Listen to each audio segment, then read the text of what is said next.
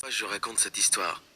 Peut-être juste pour m'exprimer sur la tristesse que je ressens en ce moment.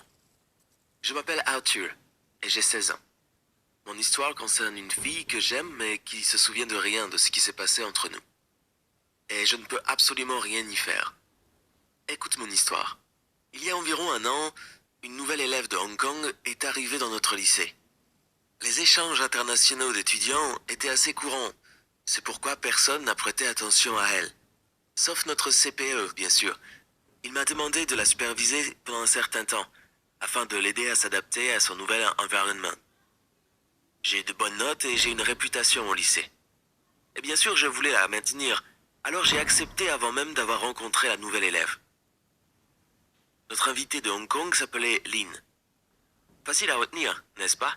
Je n'avais jamais appris le chinois, donc j'étais un peu nerveux, mais il s'est avéré qu'il n'avait pas de quoi s'inquiéter, parce que l'anglais de Lin était parfait. Et ce n'était pas la seule chose qui était parfaite chez elle. Lynn était très belle, je veux dire vraiment très belle. Je n'ai jamais aimé personne autant qu'elle. Dès que j'ai posé mes yeux sur elle, ça a été le coup de foudre. Je pensais constamment à elle. Après l'école, je lui faisais découvrir la ville, comme si j'étais son guide touristique personnel, tout en lui racontant la vie au Royaume-Uni. Lynn n'avait jamais voyagé en dehors de Hong Kong auparavant, et beaucoup de choses ici la surprenaient et éveillaient sa curiosité. Elle se demandait par exemple pourquoi nous avions que des gratte-ciel en ville. Et elle me disait qu'elle trouvait étrange de dormir comme les Britanniques dans une petite maison privée. Lynn avait grandi au 32e étage d'un immeuble à Hong Kong.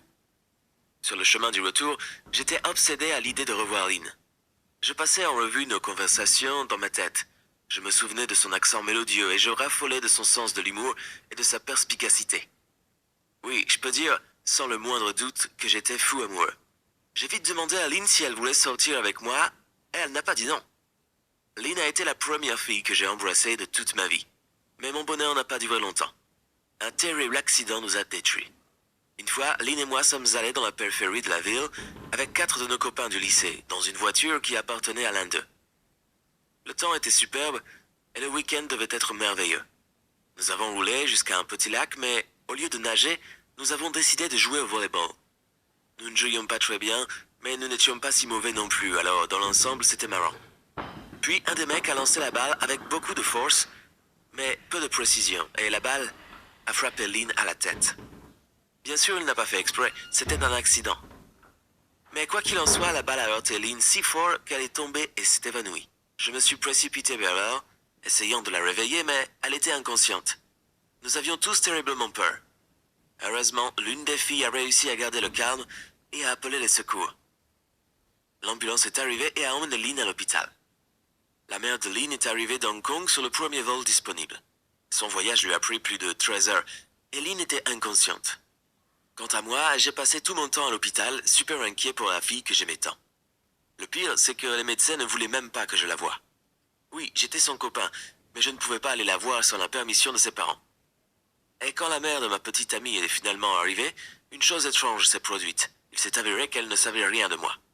Elle ne m'a pas autorisé à rendre visite à Lynn en disant qu'il ne fallait pas la déranger. Je me suis dit qu'on ne sortait peut-être pas depuis assez longtemps pour que Lynn ait parlé de nous à ses parents. Mais c'était quand même frustrant. Je n'ai pas vu ma chérie avant le jour où elle a pu quitter l'hôpital. Ce jour-là, je lui ai acheté des fleurs et une grande boîte de praline. J'ai même demandé au médecin si Lynn avait le droit de manger des chocolats. Et je l'ai attendue à la porte de l'hôpital. Quand j'ai vu Lynn marcher avec sa mère, j'ai marché vers elle avec un énorme sourire. Mais Lynn est passée à côté de moi, sans me prêter la moindre attention.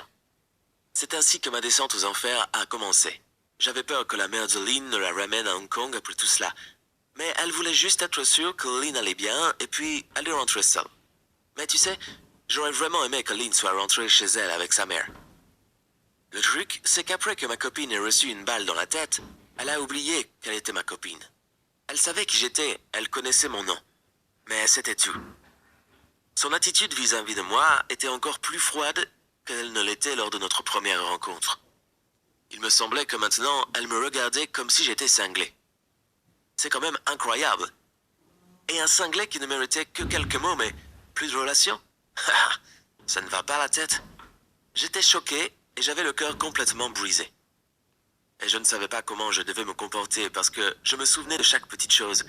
Pendant un moment, j'essayais d'éviter de croiser Lynn, d'accepter son amnésie partielle qui m'avait effacé de sa mémoire et de son cœur. Mais je ne pouvais pas croire que c'était la fin de notre histoire heureuse.